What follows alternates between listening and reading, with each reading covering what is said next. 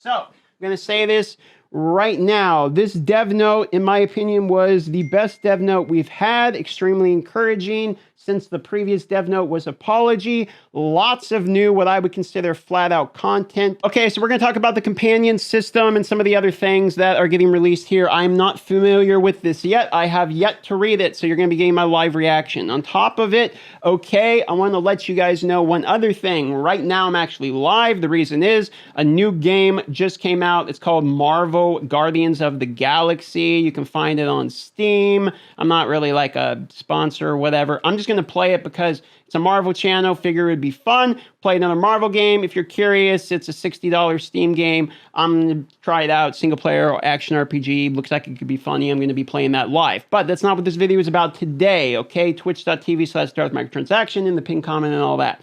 Here we go for the actual dev note. Now, first initial reaction, let's get into it. Greetings, Agent. This is the dev team. We're grateful for the agents taking their time to share their opinions. You're welcome. We are doing our best to thoroughly review every single one and reflect in the game as much as possible. Okay, hero balance adjustments and fixes requested were addressed in the last maintenance. Yep, hero balances will be an ongoing initiative. We will continue to monitor this area and strive to improve it. I will say off the bat, hero balance is probably the thing that they've been worried about the most I've seen. They've been continuing to rebalance the heroes almost every maintenance or patch.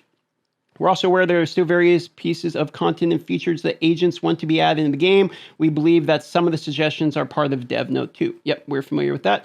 We'd like to divulge, and by the way, if you're wondering what they're speaking about, this is things like the Omega cards not being exclusive.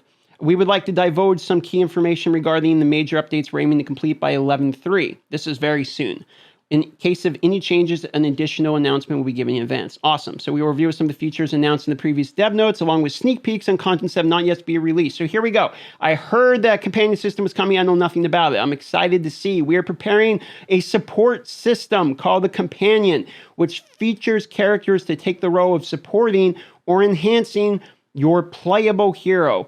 These companions also have an active skill that allows assisting in combat. A maximum of 4 companions forming a team is able to help your hero. Agents can acquire companions through the new Epic Invasion, Alliance Rankings, and Convergence box. Please look forward to these companions that will always have your back. In addition, 4 Eternals will join the Marvel Future Revolution version as companions. Okay. So let's do, I'll remove the alerts temporarily here. Let's go ahead and do a brief initial impression on what we have here. My first thought when I read this was, this is a way of widening your overall power. By the way, the same guy subscribed. Thank you for subscribing. We are live right now, which is why that's popping up. I appreciate that. There is 4 companions coming to it, and this is, in my opinion, going to be another way, like I was saying, of increasing your hero's power. There's going to be negatives and positives that come with people's reactions to this. The negative is people are going to say, this is going to increase the difference between well and free to play. This is going to increase the power creep and all that. Yes, it will do all of those things. However, it's a fundamental problem with these type of games. I don't think there's anything that they can add into the game in terms of new content that has more power.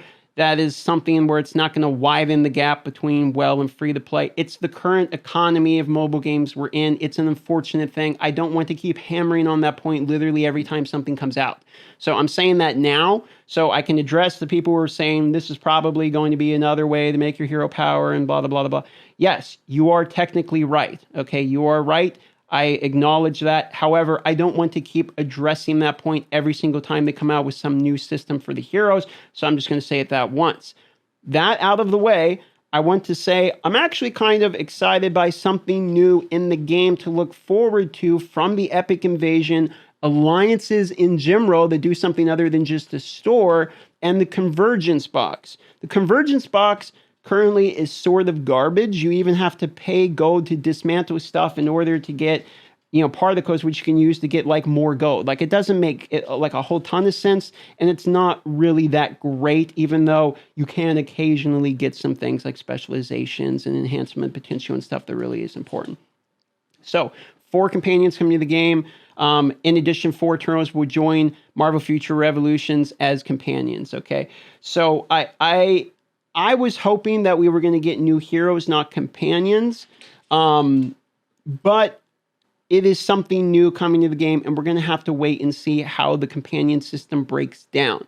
I think it's exciting we're getting something new. I think it's exciting we're getting a way to increase, I'm assuming, increase your power, okay? Because it says here, maximum of 4 companions able to help your hero acquire the companions through the new epic invasion. You know, I wonder if it's going to be like, I wonder if these are the type of things where you get a passive stats as well, or if it's only going to be the active skill that they mention here. Because the more I sit there and read this, but I'm really getting into speculation, so let's just kind of let this lie. We could talk about this for like 15 to 20 minutes. We don't have any information about this yet. I'm just going to say I'm passively excited. We'll see what's coming to the game. Epic Invasion, the Eternos. So this is basically what we all knew was coming. The Eternos were coming due to the leak we talked about. In 1013 update, Thanos threatened Omega Flight with his... So they're just talking about some lore here, basically. It's calling for heroes again to the next Epic Invasion with the Eternos. You will be joining forces with Ikaris, Athena, Circe, and Gilgamesh to finish their eternal battle against the Deviants. So we're going to be fighting some Deviants. I predict it's whatever the evil guy is in this movie, you know, versus the heroes, and we're there to basically do the damage. I mean, that's more or less what we all knew was coming. Again, I actually think the epic invasions are pretty cool. I like that they're using the epic invasions as a way to put in all the recent Marvel hyped content. This has been something in the past I said as a suggestion on this channel. There's no way in hell they took that suggestion and did this whole thing with it. I'm just saying one of the things that I wanted to see was them implementing stuff of recent Marvel hype into the game, and I do believe this is basically one of those things. Now, moving on here, Alliance Omega War Beta. Many of our agents expressed the need to add more new content that we can enjoy with our Alliance members. This is actually very true. Thus, we're planning to add an all-new Omega War mode where Alliances can battle against each other in order to provide more Alliance-based gameplay. I did not see this coming. This is fantastic. Either the Alliance leader or the deputy can register for participation in the war, which will be held every weekend. Rewards will be given based upon the results of the war, and those rewards will be counted towards the newly added Alliance ranking. Alliance Mega Wars will be initially run as beta services once it's updated, so please give us feedback on this feature. We look forward to active participation from all Alliances. This is actually... It says you can start playing it 2 weeks after the Eternals update's completed, so fairly soon. We're probably looking, that would be the 17th of November for launch week on this. Now, this is actually really exciting. I didn't see that coming. I like this a lot. Just so you know, like, the Alliance system was basically so bad, there's no reason to do it unless you're just trying to dominate Dark Zone for whatever reason. Even Dark Zone's not really even that great of an excuse, okay? So the Alliance Omega Wars system is a way that the people who really care about being like the very best alliance or whatever can do that, okay? You can get the people that go up there, like for instance, the Star Wars Galaxy Heroes, it was Team Instinct, where all the Wallet Warriors basically got together and made the best alliance or whatever. We did that on the Well Pod for a little bit, the Omega Flight. Now the Well Pod is just completely open enrollment. Anyone can go in it because, like I said, there was no reason for alliances to even exist. Dark Zone was basically garbage. So this is interesting. It's going to cause restructuring of alliances and new,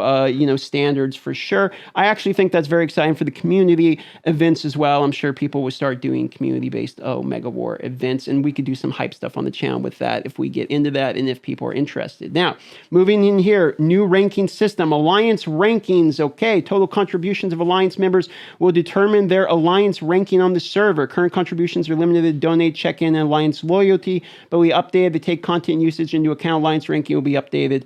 Okay, and season rewards will be awarded. Elite ranking, strongest player on the server. List will be divided by ranks, by squads, and ranks by hero type. Special Simber will be awarded to the top player.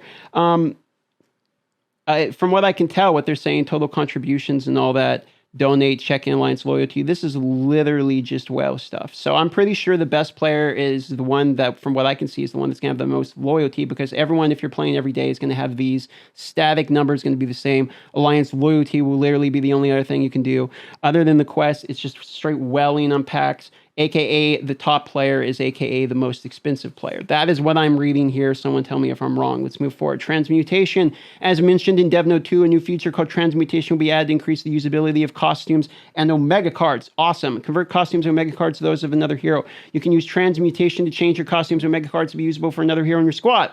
For costumes, only the hero that can equip the costumes will change. All its information and stats are retained. Awesome. For Omega cards, only the hero stats will be converted and applied, and the criteria must only 4 and 6-star region. Special costumes can be transmuted, including Nanos, and the Omega for the 6-star can be transmuted. There you go.